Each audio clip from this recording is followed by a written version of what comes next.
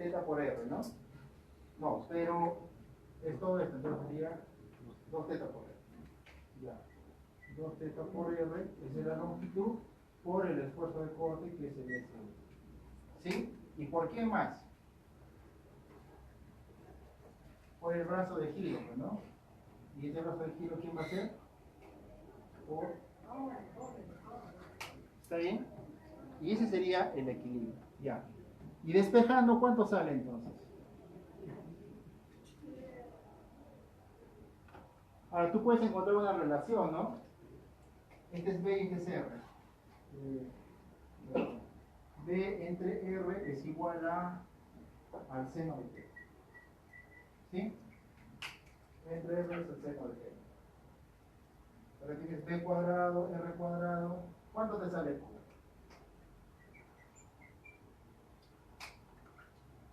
¿Cuánto te sale Q? Es simplemente hacer esta ecuación.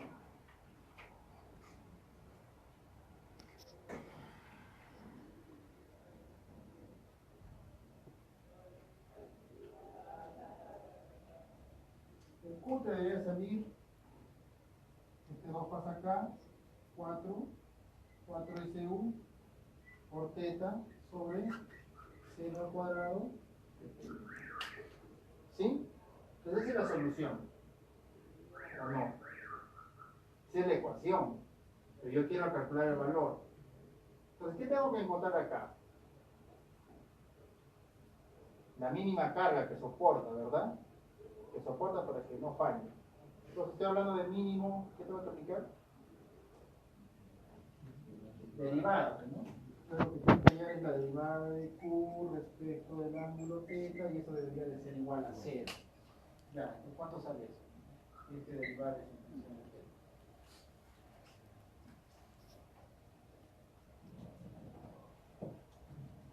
Entonces resuelves eso en función de θ y te tiene que salir una ecuación. ¿Cuánto es esta ecuación? Lo perdí toda mi presentación. Y ahora esta es otra presentación.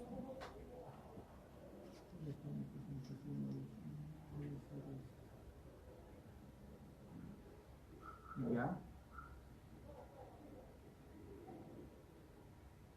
¿Cuánto te sale?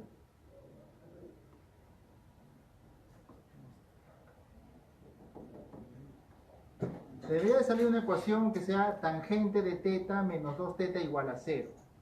Y de ahí ya despejas el θ. Ese θ te debe salir más o menos 67 grados. 66,9 creo. 67 grados. Y ese Q, al final si tú resuelves eso, ese Q te va a salir 5.52 SE. Esa va a ser la respuesta. Resolviendo esta ecuación. ¿No? Para no hacer larga. 5.52 SE. Eso te sale resolviendo esto, ¿no? Acá te va a salir que...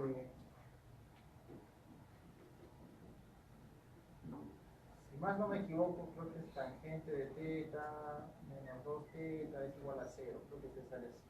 Hay que resolver esta ecuación. Y te debe salir esta solución. Ese es como el método de equilibrio límite. ¿Y cuál era la solución exacta? ¿Se acuerdan? La de Frank. Que era que el Q es igual a 2 más pi por SU. Pi es cuánto? 3.14 más 2, 5.14 creo, ¿no? Entonces sale un poquito por encima de la solución exacta. Sale un poquito por encima de la solución exacta. ¿Pero cuánto será? ¿10%? Menos del 10% creo, ¿no? Ya, entonces eso es como equilibrio límite. Obviamente no estoy haciendo el ejemplo de un talud porque ese ya es más complejo, ¿no? Tampoco tenemos 3 horas para hacer. Ya.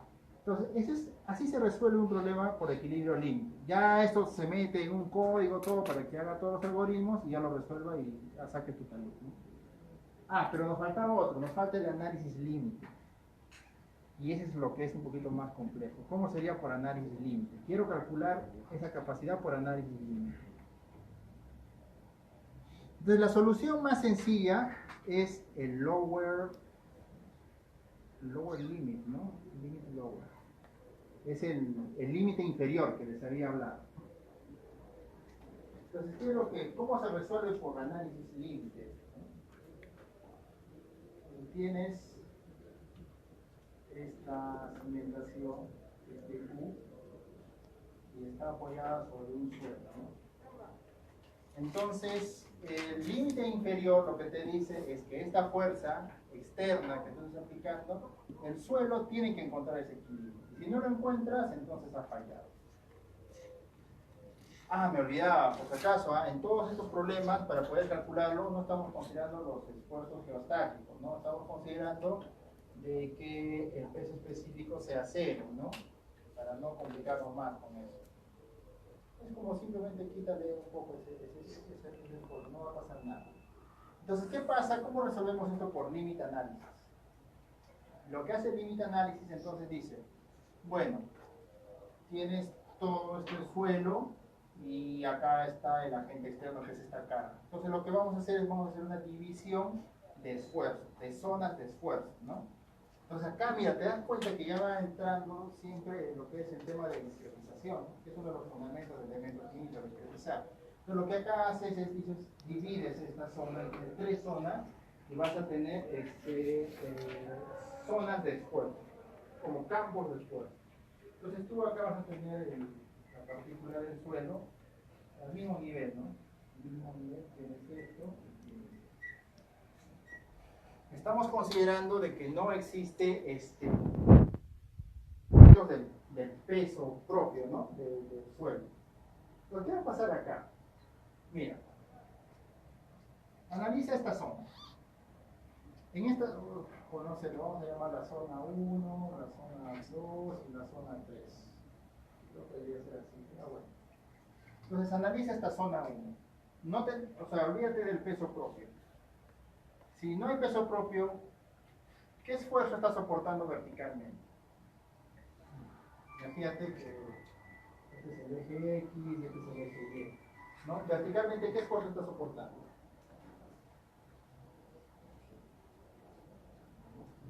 No hay esfuerzo, ¿no? Verticalmente, acá, o sí. Porque se supone que hay un esfuerzo y acá hay otro esfuerzo, ¿no? ¿Verdad? Es el típico cuadradito que siempre dibujas. Pero acá no hay, pues, ¿no? No hay esfuerzo. Entonces este suelo, este pedacito de suelo en esta zona, ¿a qué esfuerzo está sometido?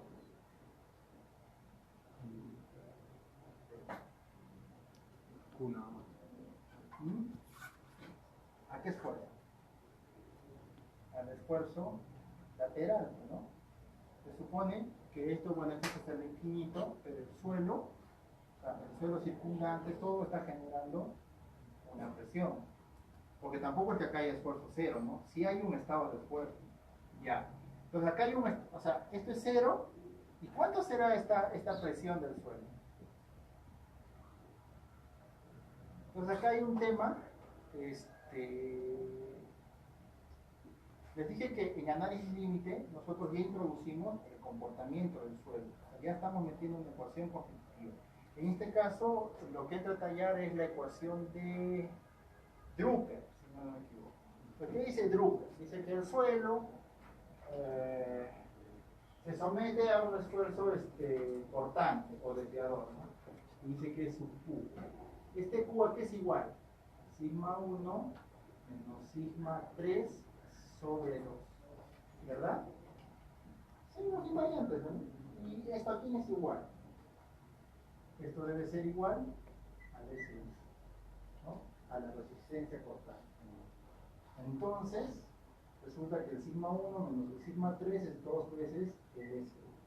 Entonces, esto es lo que debe gobernar en todo esto lo que es el comportamiento del suelo. Entonces, si acá estamos diciendo que acá no hay esfuerzo vertical, no hay nada, es cero, ¿cuánto debe ser esto? Si esta es la ley de comportamiento del suelo, ¿cuánto debe ser? 2S1, ¿no? 2S1. Para que cuando haga la diferencia te bote esta ley. Esto es lo que rige ahorita el comportamiento del suelo. Es una ecuación bien simple, pero esto es el comportamiento del suelo, ¿no? Ese es el comportamiento del suelo. Y hay una pregunta, bueno, no hay nadie que haya dado la maestría, es lo que yo les he enseñado, una pregunta de examen, me acuerdo, era de que este sigma 1 y este sigma 3 son esfuerzos principales. ¿Ya? Ya lo han visto en mecánica de suelo. Son esfuerzos principales. El sigma 1 siempre va a ser el esfuerzo mayor y el sigma 3 es el esfuerzo menor. ¿Y cuál es el esfuerzo intermedio? El sigma 2. En este caso vamos a hablar, bueno, siempre omitimos el esfuerzo intermedio y hablamos del esfuerzo el principal mayor y menor, ¿verdad? Entonces en este caso, ¿quién es sigma 1 y quién es sigma 3? El sigma 1 será el mayor y esto será el sigma 3. Y esa era una pregunta que siempre les hacía y les decía, ¿no? Los esfuerzos principales del suelo, los esfuerzos principales son diferentes de los esfuerzos de las coordenadas. O sea, cuando yo hablo del esfuerzo en X y el esfuerzo en Y, eso sí va a depender de este sistema coordenado, ¿no? Pero cuando yo hablo de esfuerzos principales, no depende de ese sistema coordenado. Lo que depende es de dónde está el esfuerzo mayor y dónde está el esfuerzo menor. Entonces, para llegar al equilibrio, acá también debe ser 2S1. ¿Y acá cuánto debe ser? 2 veces SU. Y acá lo mismo, ¿no? 0. Y acá es 2SU. ¿Sí? ¿Está bien? Ya. ¿Y cuánto será este esfuerzo vertical? Ahí. Esa es la pregunta. Entonces, como estamos hallando el upper bound, o el que llaman el límite superior, nosotros lo que tenemos que hallar es la máxima carga a la cual esta configuración nos va a dar, ¿verdad? ¿Y cuál sería esa máxima carga?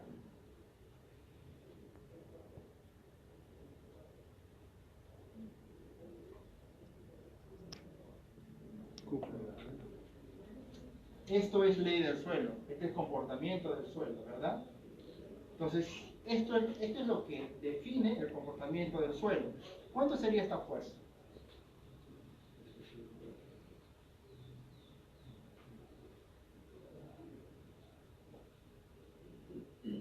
Perdón, estamos hablando de límite inferior. Pero ¿cuánto sería esta fuerza por comportamiento del suelo? ¿Por qué este suelo? ¿Acaso esto menos esto no debería darte esto? 2S. Entonces, ¿cuánto sería? 4S. Y para que esté en equilibrio, entonces, ¿cuánto vale Q? 4S. Y ese sería el límite inferior. ¿Está bien?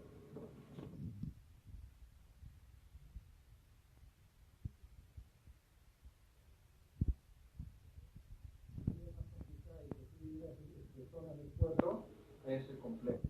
Me acuerdo que me tomaron un examen de eso, mecánica solo es avanzado. Y el tema.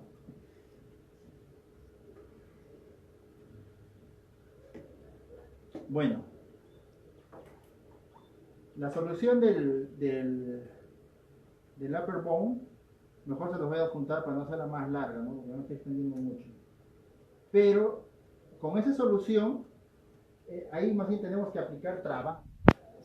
O sea, lo que vamos a hacer, más o menos te voy dando las nociones, es que esta fuerza se va a desplazar a un V y tú tienes que tomar trabajo por radio de giro, ¿no? Entonces ahí tienes que igualar el trabajo de la fuerza externa y el trabajo que ejerce esto. Y ahí te va a salir una solución. Y esa solución debería de darte 5.52 SU. Entonces, 5.52 SU quiere decir que cuando tú vas a aplicar análisis límite o límite análisis, este Q debería estar entre 4 SU y debe estar entre 5.52 SU. ¿Y esto a quién se parece?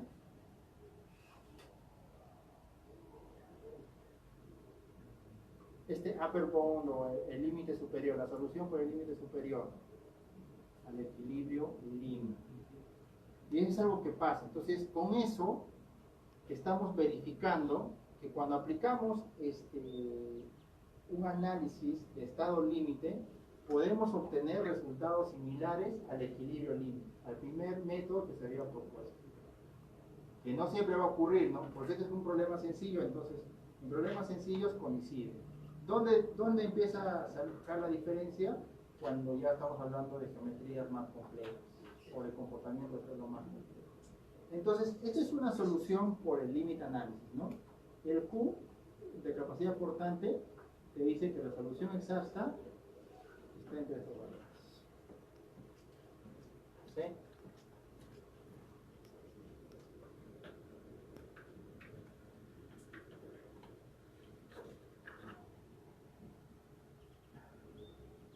Entonces, esta es la capacidad portante.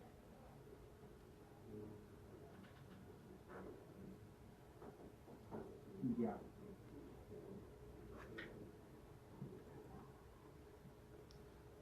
Y luego se empiezan a desarrollar los elementos finitos, ¿no? Ya estamos avanzando en la historia, ¿no? Vienen los elementos finitos y boom, el profesor Griffiths, Dawson, no recuerdo ahorita quién más, empieza a decir, bueno, si ya tenemos elementos finitos, entonces, pues ahorita les voy a explicar, ¿no? Pues ya tengo el método de elementos finitos, entonces sobre eso yo voy a aprovechar y voy a hacer mi cálculo de factor de seguridad, porque límite análisis, equilibrio límite, no me convence, ¿no? Y empiezan a crear su método, y lo que hacen es lo siguiente, ¿no? Lo que dicen es, tú tienes tu círculo de Moore. ¿Qué es el círculo de Moore? La representación de un estado de esfuerzos del suelo, ¿no? ¿Tienes un estado de esfuerzo? ¿Sabes, no? Tienes el cuadradito después acá de repente está 100 y acá está 50, entonces ese estado de esfuerzo tú lo traduces y lo dibujas en tu círculo de Moore. Dibujas tu círculo de Moore y dibujas su envolvente de falla, ¿no? Que es la ecuación de Moore-Coulomb, que es portante es igual a C más el torso normal, tangente de phi, ¿no? Ya sabes tu envolvente, ¿no? Tú trazas y haces. Bueno, entonces imagínate que un suelo X, porque cada tipo de suelo tiene un envolvente de falla, ¿no? Es este envolvente de Moore-Coulomb. Entonces, digamos que este es el estado inicial, ¿no? Este es el envolvente. Este es el envolvente que tiene el suelo y tu estado de esfuerzos para una determinada configuración está acá. Entonces, ¿qué te dice la teoría? Que mientras tu estado de esfuerzo esté debajo de este límite, de este boundary, no pasa nada, ¿no? No ha fallado, o sea, el suelo está normal. Pero ¿qué pasa si este estado de esfuerzo es tangente, interseca en un punto a esta zona de falla? El suelo ha fallado, ¿no? Y no existe un estado de esfuerzos en esta zona. Entonces, ¿qué hace el método del profesor Griffiths? Dice, ya, entonces lo que yo voy a hacer es, ¿qué pasa si yo este envolvente lo voy aproximando a este estado de esfuerzo? Porque cuando tú hayas el factor de seguridad, siempre digo, ¿no? Es como si tú estás haciendo un qué pasaría, ¿no? Porque obviamente tú no estás diseñando o calculando para que tu estructura falle, pero tú quisieras saber, pero ¿en cuánto fallaría, no? Yo estoy trabajando, no sé, con 100 kilopascales de presión, pero ¿con qué esfuerzo fallaría este suelo? ¿Con 200, con 300? ¿No? Ese es el cálculo de factor de seguridad, o sea, ¿con cuánto sería, no? Entonces, es un what if, ¿no? Entonces, lo que hace el profesor Griffin es agarra los parámetros de resistencia, que tanto conocemos que es el C o el phi C o el C phi, y los va castigando, ¿no? Este castigo es el factor de seguridad. Entonces, castiga acá. Bueno, obviamente el ángulo de fricción no lo puedes castigar con un número porque el ángulo de fricción es en grados, entonces a la tangente, ¿no? Que es un número, le castigas el F o S, luego al esfuerzo tangente y tienes este phi de falla. Y vas probando con envolventes. Lo bajas un poco y dices, ¿no? ¿Choca o no choca? No, entonces sigues castigando y sigues castigando hasta que encuentras una envolvente de falla que interseque, o sea, tangente, mejor dicho, a este estado de esfuerzos actual. Entonces tú dices, ¿cuánto he tenido que dividir para que pase eso? Ese es tu factor de esfuerzo. ¿Sí? Entonces, ese es el método de reducción de parámetros. Nada más fácil eso, ¿no? Castiga nomás y ya está. Pero el punto es de que en el suelo hay un montón de estados de esfuerzo, que tienes que probar con todos los estados de esfuerzo. Ya. Entonces, estos son los tres métodos numéricos formales que existen para el cálculo de factores de seguridad. Y dos de ellos han sido implementados en un código de elementos finitos. Yo siempre digo que a veces la gente confunde y dice, ¿no? Yo voy a hacer el cálculo de estabilidad de taludes por método de elementos finitos y hacen esto, ¿no? Feature reduction o reducción de parámetros. Pero este es un algoritmo que han implementado al método de elementos finitos para calcular el factor de seguridad. Entonces, así como el profesor Griffiths es el que implementa esto, el profesor Sloan, que ha sido un ranking lecture en el 2016 o 2015, uno de 2 años. Él dice, yo voy a meter el limit analysis, este método que les he mostrado, lo voy a meter en el código de elementos finitos. Entonces, al final, por elementos finitos, tú puedes calcular de dos modos el factor de seguridad. O sea, hay dos escuelas, hay dos brands, dos ramas, ¿no? Reducción de parámetros, que digamos que hasta ahora es el más popular, ¿no? Flags y todo eso, flag. Y el otro que es le llaman el Finite Limit Analysis Method, ¿no? Que es el método de elementos finitos aplicando el estado límite.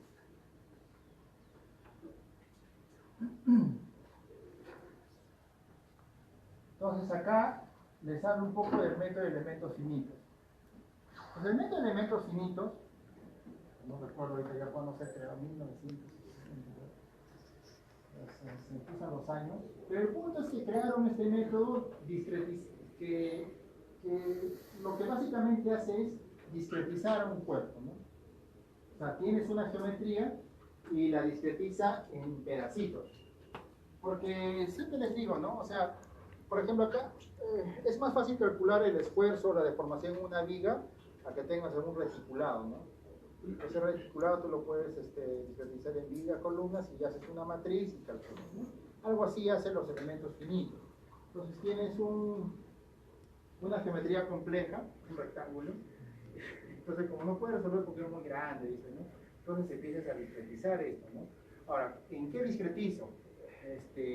Bueno, hay dos tendencias, ¿no? Otros discretizan en cuadrados, mejor dicho, en cuadriláteros, y otros discretizan en triángulos, ¿no? Entonces discretizan esto, algo así, en diferentes triángulos. No me sale, después lo voy a mostrar una imagen ahí. Lo discretizas y lo que haces es hallar con ecuaciones de equilibrio y todo eso, elemento por elemento, y así armas el global, ¿no? Ese es elementos finitos. Entonces, ¿qué involucra el método de los elementos finitos? Discretización del elemento, o sea, el problema de lo que quiero hallar. Y luego, ¿qué pasa? Viene la aproximación de variable primaria. Esto es importante, porque ya les dije, ¿no? Tú quieres calcular falla o deformación, ¿está bien? Ya. Por lo general, la falla, ¿a qué viene asociada? Esfuerzo, a fuerzas, ¿verdad? En falla, lo que tú ves es comparas esfuerzo, no estás comparando deformaciones. Entonces, cuando tú agarras un elemento finito, en este caso puede ser un triángulo, Flags es un triángulo, se genera esto, y acá estos puntos, los vértices, le llaman nodos, ¿no? Esos son los nodos. ¿Y qué va a pasar en estos nodos? Estos nodos se pueden mover, ¿sí? ¿Qué más va a pasar en estos nodos? Se va a transmitir fuera. Entonces, en cada nodo van a existir dos variables, que puede ser un desplazamiento o una fuerza. Entonces acá el que está haciendo el algoritmo de elementos finitos tiene que decidir quién va a ser tu variable primaria. Pero sí lo tienes que decidir, es así, pues, ¿no? No puedes quedarte con las dos. Entonces, porque no vas a poder calcular. Entonces tienes que decidir cuál va a ser mi variable principal de cálculo. Desplazamiento o fuerza, o esfuerzo. Entonces, por lo general, todos los códigos de elementos finitos, al menos en geotecnia, lo que eligen, o sea, la variable principal de cálculo es desplazamiento. Entonces, ellos calculan el desplazamiento y con la ecuación constitutiva que amarra esfuerzo y deformación, calculan el esfuerzo. Entonces ellos lo que dicen es, ya, bueno, entonces este nodo se va a empezar a mover en un sistema coordenado, ¿no? Se puede desplazar acá y acá. No, perdón, puede moverse por acá o por acá. Entonces hacen un sistema de coordenados U, V y empiezan a definir, ¿no? Ecuaciones lineales nada más, ¿eh? Ecuaciones lineales de desplazamiento. Entonces, como ya hemos definido mis variables primarias de cálculo, que va a ser el desplazamiento, empiezo a generar mis ecuaciones de elementos. Entonces, cada elemento va a tener una ecuación, que es esta, ¿no? Esto es la rigidez del elemento, este es el desplazamiento, y te dije, ¿no? Desplazamiento, rigidez, y vas a tener una fuerza resultante. Pero esta es una ecuación matricial de un solo elemento, ¿no? Y cuando hagas una malla de elementos finitos vas a tener 1500, 20 elementos. Entonces tienes que ensamblar una matriz más grande, ¿no? Una matriz superior. Entonces, serían las ecuaciones globales. ¿Y qué es esto, no? Y esto sería la matriz de rigidez total, la matriz de desplazamientos y la matriz de fuerza. ¿Y qué vas a aplicar luego? Tus condiciones de borde. ¿Y cuáles son esas condiciones de borde? Es cuando, bueno, tienes todo el cuerpo estetizado y acá, bueno, no sé, tú vas a decir que esto solamente se desplace verticalmente, ¿no? Son las condiciones de borde, ¿no? Que va a haber una fuerza acá o acá la fuerza del esfuerzo es cero, ¿no? Entonces esas son esos condicionantes que ya te empiezan a generar una solución. Es como cuando tienes en métodos numéricos, ¿no? Tienes una función y te dice, ¿no? Cuando la función x es 0 te da 5, cuando la función es el x asume el valor de 1 te da 3, y con esto tú ya ¿no? Estos resultados. Igualito es. Estas serían las condiciones de borde y con eso ya empiezas a calcular. Así funciona, ¿no? Elementos finitos. Ahora, otros piensan y otros dicen, pero ¿por qué puede ser un cuadrilátero o un triángulo? ¿Con cuál me quedo? ¿Qué elemento debería de ser? Bueno, el GeoStudio, no sé si lo han visto, trabaja con cuadriláteros. El Plaxis trabaja con triángulos. ¿Y eso por qué será? No más bonito, para hacerse diferente, para que no vean. Entonces, tiene una razón de ser. Es una razón de ser porque la geometría de este elemento ayuda a la convergencia. Sobre todo, ¿en qué afecta? Y ese es un tema un poco más técnico, ¿no? Que cuando tú quieres, vamos a empezar un poco a rayar, ¿no? Cuando tú estás calculando, por ejemplo, un problema no drenado, problema no, ¿cuál es la principal característica de un problema no drenado? Que el volumen no cambia, ¿no? No cambia el volumen, pero se deforma igual el suelo. ¿Está bien? Entonces ahí tienes restricciones, le llaman constraints, que son restricciones. Entonces resulta que en esas restricciones de desplazamiento, el triángulo y el cuadrado se comportan de diferente manera. Y resulta que el triángulo converge más rápido al cuadrado en problemas de comportamiento no drenado. Entonces, en estas formulaciones de elementos finitos, haces un rate o comparas la velocidad de convergencia y a veces te bota un problema de bifurcación. Ya ahora, ¿no? Es que es elementos finitos esta vaina, pero o sea, más o menos les cuento la historia rápida, ¿ya? Resulta que el suelo, les había dicho que Tresca, porque dice debe ser así nada más, ¿no? Y luego vas a Morcolo y dicen así nada más se comporta el suelo. Pero cuando tú haces tu triaxial ya les había dicho de que esto puede ser así o bien algo así, ¿no es cierto? ¿Verdad? Ya entonces la gente empieza a desarrollar modelos constitutivos para tratar de representar esto. Pero hay un problema, que cuando el suelo falla, que puede ser en esta parte o en esta parte, se generan bandas de corte, el shear band, ¿no? Entonces, ¿qué pasa? Si tú tienes tu sample, ¿no? del triaxial y le estás aplicando, ¿no? el esfuerzo 1, el esfuerzo 3, lo que va a pasar es que cuando el suelo falle, se va a generar acá una zona de fallo, ¿no? ¿Qué es eso? Ese es el shear band, ¿no? Esa zona de fallo. Eso es lo que ha fallado. ¿Y qué sucede? que esto se daría en esta zona de repente. Entonces, tú sigues aplicando carga, ¿no? Ya ha fallado, pero esta zona de falla va a dividir el espécimen que tenía sobre el suelo en 3 zonas, ¿no? Como que 2 bloques y este intermedio que se ha generado.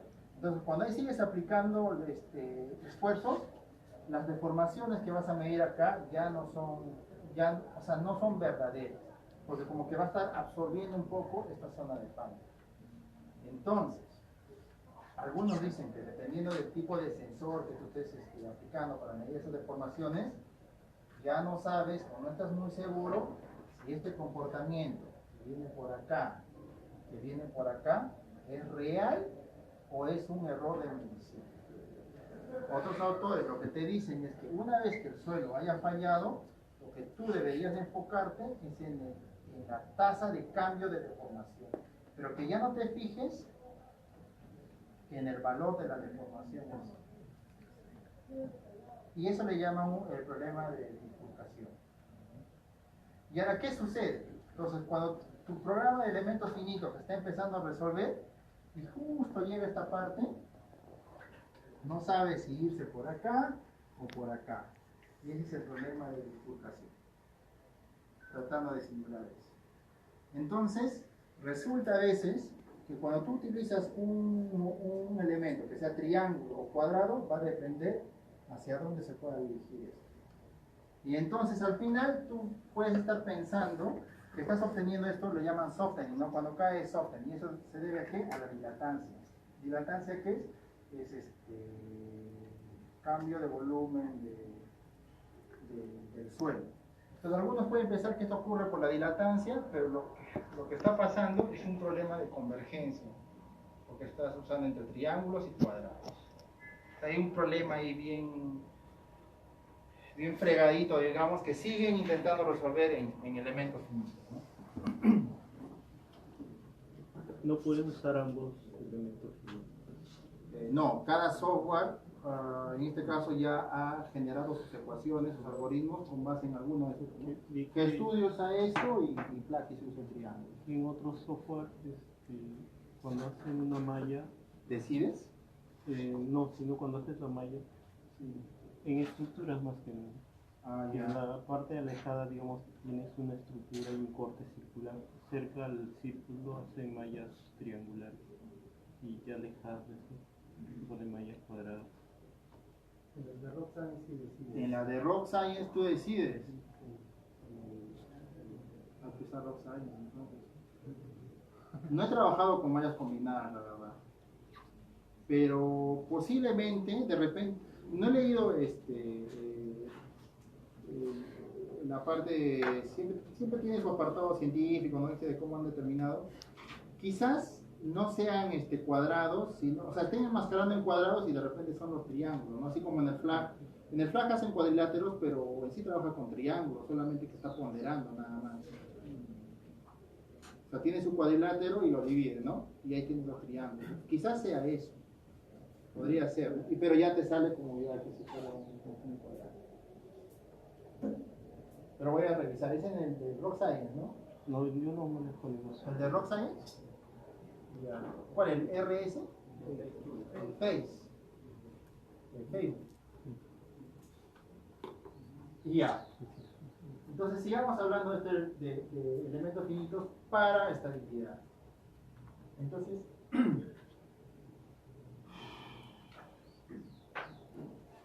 cuando estamos aplicando entonces elementos finitos, vamos a tener que ingresar estas 6 variables. Estos 3 son llamados parámetros de resistencia, y bueno, estos 2 son los parámetros de elasticidad, ¿no? Los elásticos, ¿no? El módulo de Young, Poisson, Fize. Cuando resuelvas tus problemas, el módulo de Young no tiene implicancia. O sea, tú pones cualquier valor, te va a salir el mismo factor de seguridad, no hay problema de eso.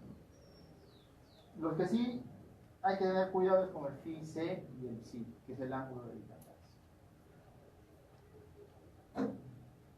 Pero, o sea, no nos genera No afecta el cálculo de factor de seguridad, sin embargo tienes que ingresarlo, ¿no? No puedes dejarlo en cero, tienes que ponerle un valor. Bueno, le pones cualquier valor cuando estás calculando solamente factor de seguridad, porque si tú sabes que en estos programas de elementos finitos, previamente hay 5 pasos, ¿no? Que se ha sentado, que se ha aplicado tal carga, que se ha deformado de esta manera, entonces ahí sí te interesa el módulo de Young, ¿no? Entonces, si solamente vas a calcular factor de seguridad, entonces pone cualquier valor. Ya. Entonces, para la aplicación de elementos finitos, nosotros tenemos que aplicar un modelo o un criterio de rotura, que es el de Moore-Coulomb, es el que más se aproxima, es el que más resultados, bueno, relativamente fáciles te da, ¿no? Hay otros criterios de rotura, pero que se hacen más complejos y meterlos en un código a veces es pereza, ¿no? Entonces, para la industria, más fácil Moore-Coulomb, ¿no? Y te da buenos resultados. Entonces, ¿qué es lo importante en esta parte del modelamiento del suelo? Porque tú tienes que ingresar una ecuación constitutiva, es la regla de flujo. Existen 2 reglas de flujo de acuerdo a la plasticidad, que es la regla de flujo asociada y la regla de flujo no asociada. ¿Qué es más o menos esto? Entonces, tienes tu curva de esfuerzo de formación, la que ya siempre he graficado, ¿no? Elástico, perfectamente plástico, ¿no? Y acá tienes tu envolvente, ¿no? En PQ. Entonces, esta es la envolvente y acá está la trayectoria del esfuerzo. Entonces, si hablo de una regla de flujo asociada, ¿qué te dice? Esta es la envolvente, ¿verdad? Acá, elástico, acá falla y acá no existe. Es un estado de esfuerzos que no existe. Entonces, ¿qué pasa? Como esta es la envolvente, de acuerdo a la teoría de la plasticidad, te dice que la deformación plástica se genera en una dirección perpendicular a la superficie de fluencia. En este caso sería esta. Es perpendicular. Pero ¿qué implica esto? Que como la deformación plástica es perpendicular, ¿quién controla esto? La dilatancia. Entonces, si tú graficas acá tu deformación cortante versus tu deformación volumétrica, vas a tener esto, esta curva.